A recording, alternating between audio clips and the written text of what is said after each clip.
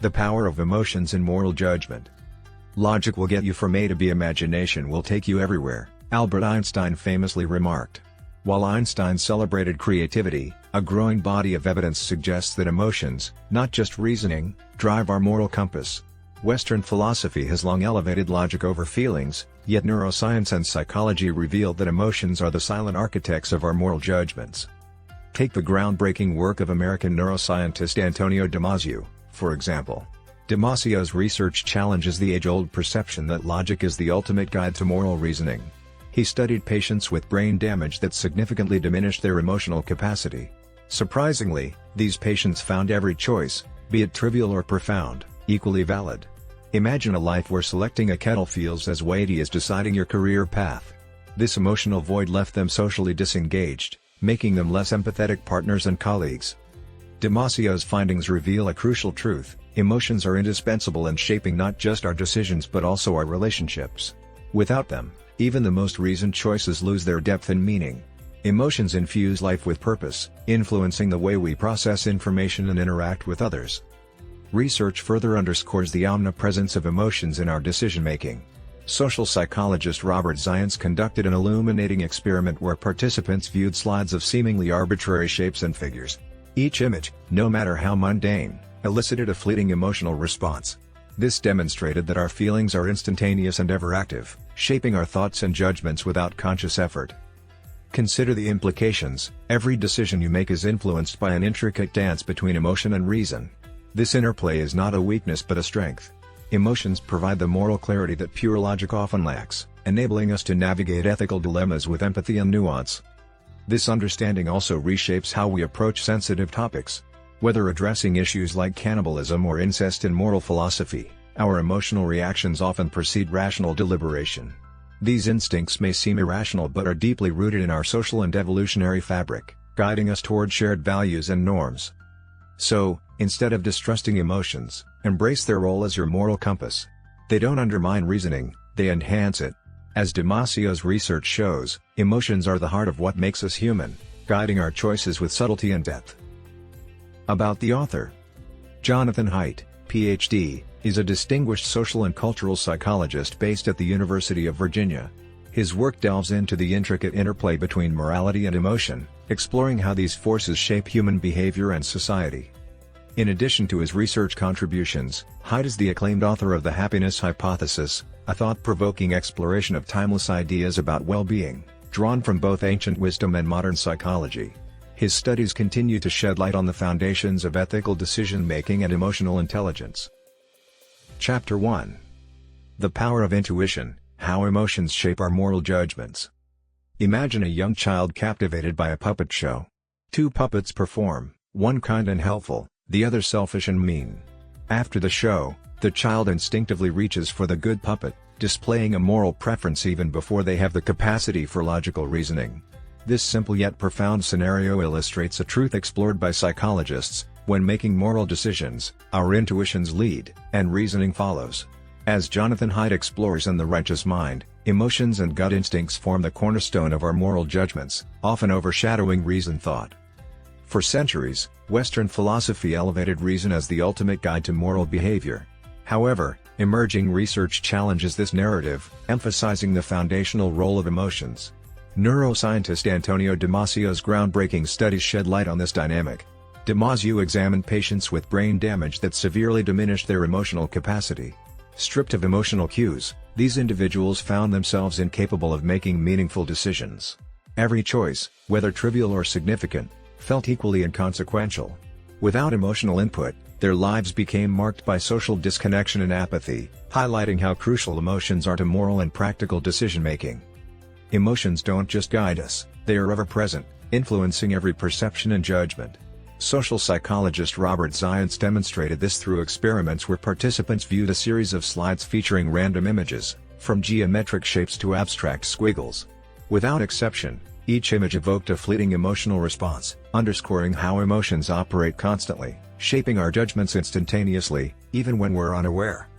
This intrinsic reliance on emotions becomes especially apparent in moral dilemmas. Consider a study in which participants were asked whether it was morally acceptable for siblings to engage in consensual sex under specific conditions: protected, private, and without harm. Despite hearing rational arguments supporting the act, most participants adhered to their initial intuitive judgment: it was wrong. Their reasoning, far from overturning their intuition, served only to defend their gut reaction. Such findings reveal a fascinating pattern: intuition acts as our moral compass, while reasoning serves as its spokesperson. Once an emotional judgment is made, logic often steps in not to challenge it but to justify it. This interplay between intuition and reasoning shows why our moral decisions often feel immediate and deeply personal. The influence of emotions on morality isn't confined to adults. Studies on infants, such as the puppet show experiment, reveal that even before developing reasoning skills, humans exhibit an intuitive sense of right and wrong. This innate moral instinct suggests that intuition is an evolutionary mechanism, crucial for social cohesion and survival. Understanding this dynamic reshapes how we perceive morality. It encourages us to embrace our emotions as an integral part of ethical decision-making, rather than dismissing them as irrational. It also reminds us to be mindful of the biases our intuitions might carry, especially in complex or unfamiliar situations where thoughtful reflection becomes essential. By acknowledging the interplay between intuition and reason, we gain deeper insight into human morality. As Hive's work suggests, embracing this balance can foster empathy, strengthen relationships, and help us navigate the moral complexities of life with greater understanding and compassion. Add their emotional capacity. Stripped of emotional cues, these individuals found themselves incapable of making meaningful decisions. Every choice, whether trivial or significant, felt equally inconsequential.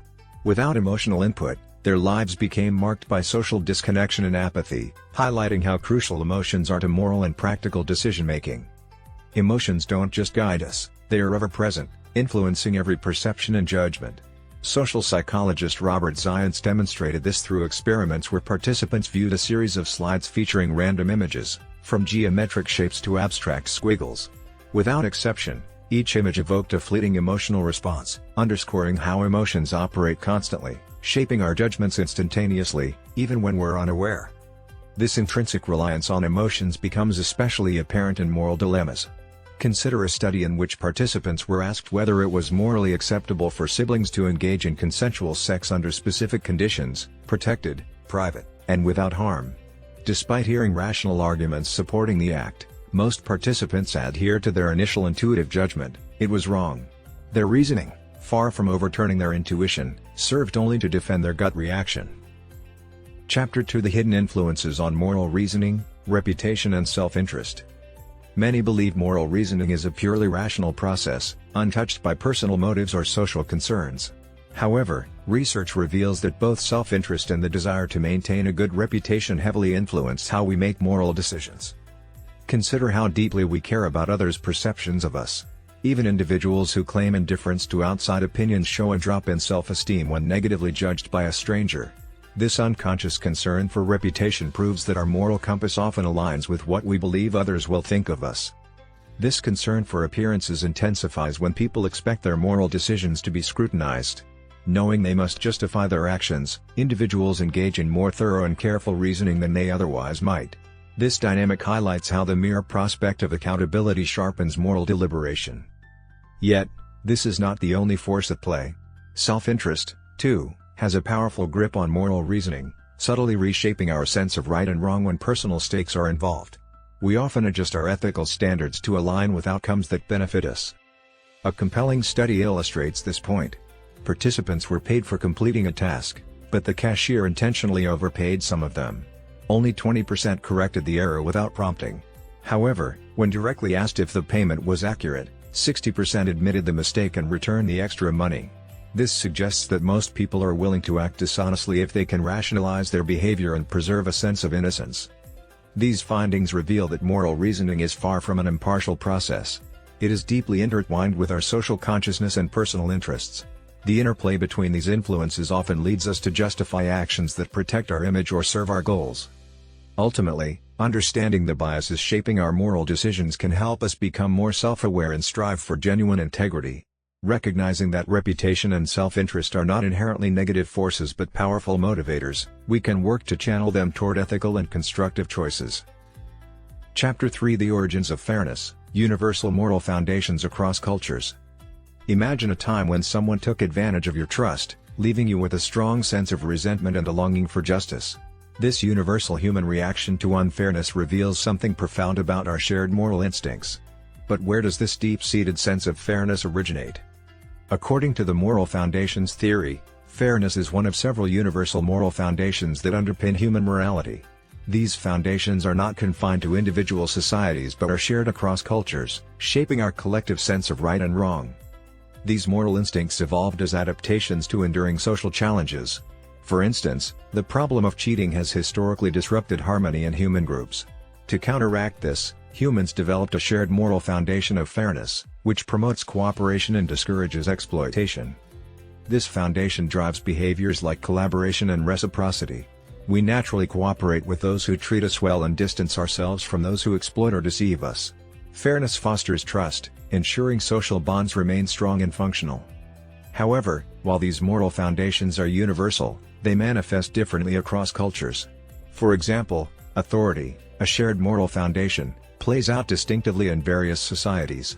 In many Asian cultures, the father often holds unquestioned authority in the household. An Indian woman serving dinner to her husband and his male guests before stepping away is a typical example. Conversely, Western cultures emphasize equality between spouses, where decisions and roles are shared more evenly. These cultural variations highlight how universal moral foundations adapt to local customs and traditions. Despite the differences, the underlying principles remain constant, reminding us of the shared human quest for fairness, respect, and balance in social relationships. Chapter 4: How weird are we?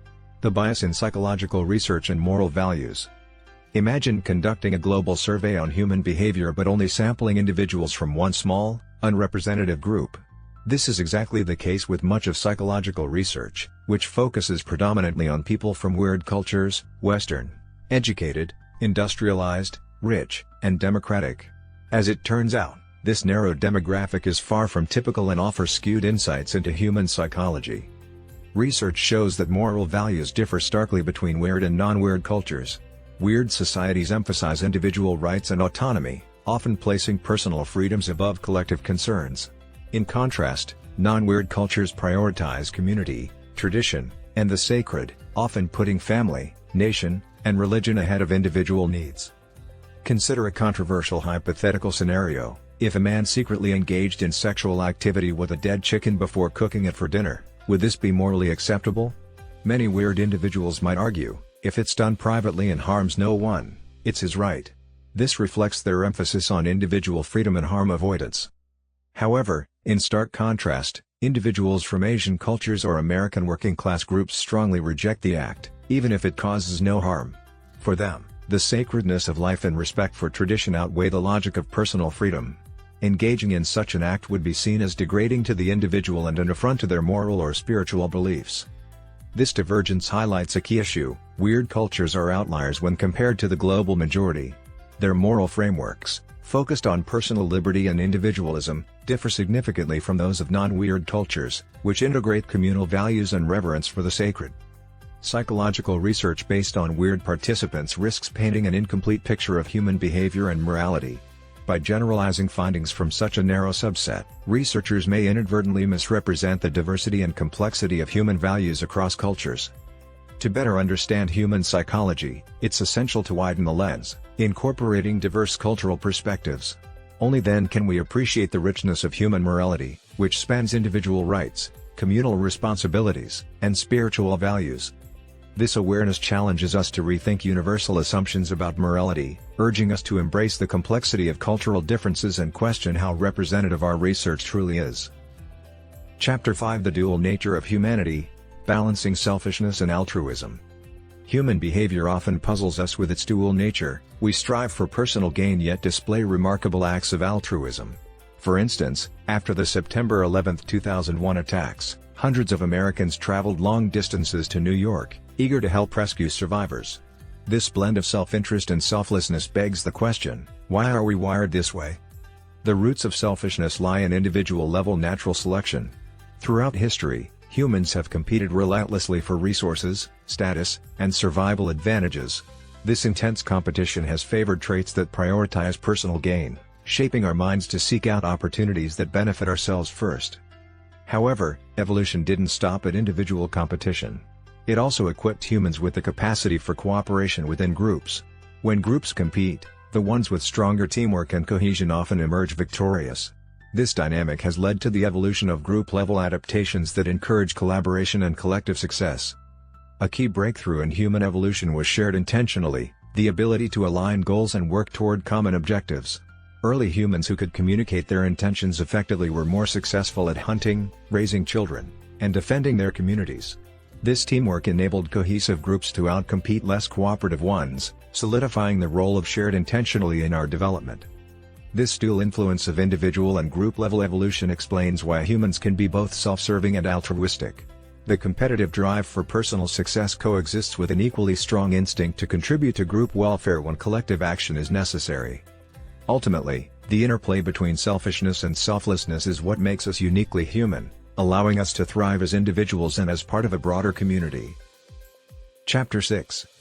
The Hive Switch, Unlocking Human Connection and Collective Unity. Have you ever felt a surge of unity cheering at a sports event or dancing among strangers at a festival? That moment of blending into a collective, where individual boundaries blur and the focus shifts to the group, is a glimpse of the human hive switch in action.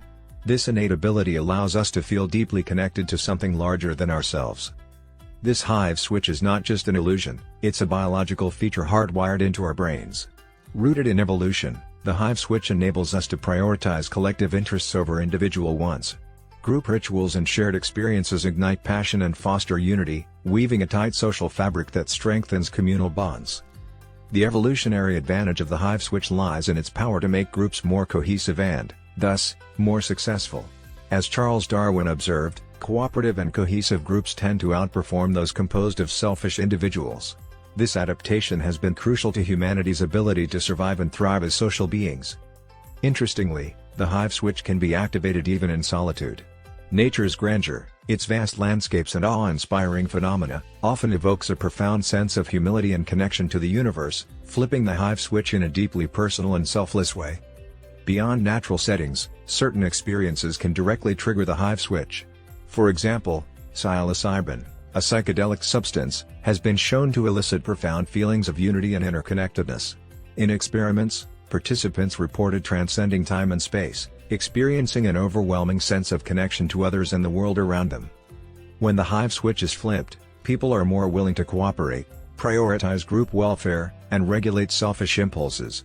This phenomenon underscores the incredible capacity of humans to unite and work toward shared goals, highlighting the profound impact of collective experiences on our sense of self and community. Chapter 7: The Hidden Strengths of Religion, Cohesion, Altruism, and Group Unity. It's widely known that many scientists harbor a strong aversion to religion, often criticizing it for hindering rational thought and progress. They argue that religious beliefs can be delusions, obstructing people from embracing science, secularism, and modernity. While some of these scientists' critiques are valid, religious communities have been known to commit horrendous acts when their moral systems elevate their own group while demonizing others. They fail to acknowledge the positive aspects of religion. One of the key strengths of religion is its ability to bind people together. For tens of thousands of years, religion has helped humans form cohesive communities with shared morals and values. The spread of religious practices and beliefs has been largely due to their power in fostering unity and cooperation within groups. A historical example that illustrates this point comes from the 19th century, when over 200 communes were established in the United States. These communes were either religious or secular, and the results were telling. 2 decades after their founding, only 6% of the secular communes remained operational, while 39% of the religious communes were still thriving. The reason for this success? Ritual practices that fostered a sense of trust and cohesion among members of religious communities. These rituals helped create a strong sense of belonging, making groups more resilient and better able to withstand challenges. Religion's impact extends beyond just unity, it also promotes altruism. Research indicates that religious individuals tend to give more money to charity and volunteer more than their secular counterparts. Interestingly, this generosity is not limited to religious causes. They also donate significantly to secular organizations, such as cancer research foundations. In conclusion, religion plays an important role in enhancing altruism and social cohesion within communities. By emphasizing trust and collective participation, it encourages individuals to contribute to the welfare of others, building stronger and more compassionate societies. Chapter 8: Why Working Class Voters Lean Conservative, the Role of Moral Interests in Political Choices. It's often puzzling why many working class individuals vote for the Republican Party, despite the fact that the Democratic Party champions the redistribution of wealth to reduce inequality. The key to understanding this lies in the moral interests of these voters, which align more closely with conservative values than the liberal ideals championed by the Democratic Party. The moral concerns of liberals primarily revolve around issues of care, fairness, and liberty. Liberals tend to focus on protecting innocent individuals from harm, advocating for social justice to address inequalities, and fighting for civil and human rights to ensure liberty for all. For liberals, social justice often means confronting the exploitation of the poor by wealthier groups, a sentiment that gained visibility through movements like Occupy Wall Street. Their moral framework is built on the idea that society should protect vulnerable populations and work toward equal rights and opportunities. While conservatives also value care, fairness, and liberty, they interpret these principles differently. Conservatives emphasize care for those who have made sacrifices for their group and fairness in terms of rewarding people based on their contributions. Their understanding of liberty focuses on limiting government power and resisting policies they see as redistributing wealth. What further distinguishes conservative morality is its focus on loyalty, authority, and sanctity. These values are deeply embedded in conservative political rhetoric, as evidenced by the strong appeal to military virtues, patriotism, and the reverence for symbols like the American flag. Conservatives also hold authority in high regard, valuing traditions, the police, and respect for elders. Additionally, their religious views on topics like sexuality allow them to tap into moral concerns about sanctity, which resonate with their base. This broader set of moral triggers, loyalty, authority, and sanctity, gives conservatives a significant advantage in appealing to voters, especially working-class individuals who strongly identify with these values. As a result, many working-class voters are more drawn to conservative politics, despite the Democratic Party's focus on economic redistribution. Chapter 9: The Polarization of Politics, How Liberals and Conservatives Can Complement Each Other. The political landscape is increasingly divided, with liberals and conservatives engaged in heated debates, often with little room for compromise. This growing polarization is not just a matter of opinion, it has become more evident in public policy, with fewer people identifying as centrists or moderates. From 1976 to 2008, the number of Americans living in highly partisan counties grew significantly, from 27% to 48%. Today, political identities are more rigid than ever, and the space for middle ground solutions has dwindled. This polarization poses serious risks, not only to domestic affairs but also to global stability. A prime example is the failure of the two major political parties to agree on raising the U.S. debt ceiling in 2011, which led to a financial crisis that sent stock markets spiraling worldwide. In an ideal world, the political system would benefit from liberals and conservatives working together, with each side complementing the other's strengths. Liberals are particularly adept at identifying and addressing the needs of oppressed groups, proposing government regulations to assist those in need. A case in point is the regulation passed in the 1990s to reduce the dangerously high lead content in gasoline.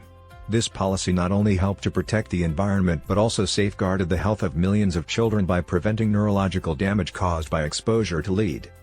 On the other hand, conservatives bring a vital perspective to governance, emphasizing the importance of maintaining a balanced society. They believe that excessive focus on one group can harm the greater good and weaken societal structures. A historical example of this conservative viewpoint is the movement in the 1970s that aimed to empower students by giving them the right to sue their teachers and schools. While the intention was to protect students' rights, it ultimately undermined authority and created chaotic school environments, negatively impacting students overall. Both liberals and conservatives have valuable contributions to make, and the solution to the current political divide may lie in their ability to complement each other's strengths. The key is finding common ground and working together to address the complex issues facing society. In summary, The Righteous Mind by Jonathan Haidt delves into the fascinating complexities of human morality and how our moral judgments are shaped by both innate intuitions and societal influences. Haidt argues that morality is more than just a logical process, it is primarily driven by emotions and intuitive responses that guide our decisions in both personal and social contexts. Haidt explains that Western philosophy has long prioritized reason over emotion, yet a growing body of research shows that emotions are key players in our moral decision-making. For instance, neuroscientist Antonio Damasio's studies have shown that without emotions, people struggle to make moral decisions. as their behavior becomes indifferent and detached from social values. The book also touches on the moral foundations theory, which suggests that our moral judgments are built on universal foundations that vary in intensity and expression across cultures. Haidt uses examples like loyalty, authority, and sanctity to show how different cultures prioritize these values, often influencing political and social behavior. One key insight Haidt provides is that liberals and conservatives often disagree not because one side is more rational, but because they appeal to different sets of moral intuitions. Liberals are primarily concerned with fairness, care, and liberty, whereas conservatives also place significant emphasis on loyalty, authority, and sanctity, leading to distinct moral frameworks. The book further explores how religion, often criticized for stifling reason, actually plays a critical role in binding communities together. Haidt illustrates how religious practices, despite their flaws, have provided social cohesion and increased altruism, enabling people to cooperate and act with generosity within their groups. In summary, The Righteous Mind by Jonathan Haidt delves into the fascinating complexities of human morality and how our moral judgments are shaped by both innate intuitions and societal influences. Haidt argues that morality is more than just a logical process, it is primarily driven by emotions and intuitive responses that guide our decisions in both personal and social contexts. Haidt explains that Western philosophy has long prioritized reason over emotion, yet a growing body of research shows that emotions are key players in our moral decision-making. For instance, neuroscientist Antonio Damasio's studies have shown that without emotions, people struggle to make moral decisions, as their behavior becomes indifferent and detached from social values. The book also touches on the moral foundations theory, which suggests that our moral judgments are built on universal foundations that vary in intensity and expression across cultures.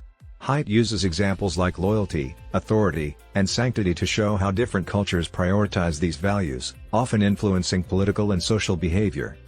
One key insight Haidt provides is that liberals and conservatives often disagree not because one side is more rational, but because they appeal to different sets of moral intuitions.